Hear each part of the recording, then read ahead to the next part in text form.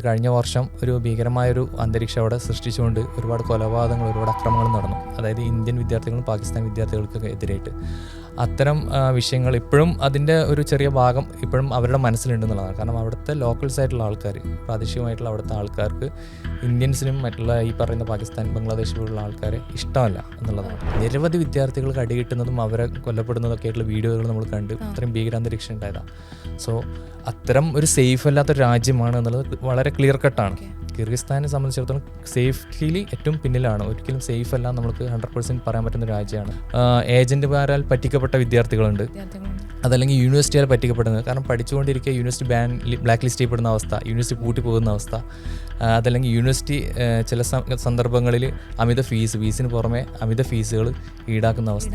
അവിടുത്തെ എംബസിയുമായി ബന്ധപ്പെട്ടപ്പോൾ തന്നെ ഈ എംബസിയുടെ അധികൃതർ നമ്മളോട് പങ്കുവച്ചൊരു കാര്യമുണ്ട്. ഇങ്ങനെ പോവുകയാണെങ്കിൽ ഭാവിയിൽ ഇന്ത്യൻ മെഡിക്കൽ കമ്മീഷൻ കിർഗിസ്ഥാനിലെ മെഡിക്കൽ ഡിഗ്രിയുടെ കാര്യത്തിൽ ഒരു തീരുമാനം എടുക്കേണ്ടി വരുമെന്നുള്ള അവസ്ഥയിൽ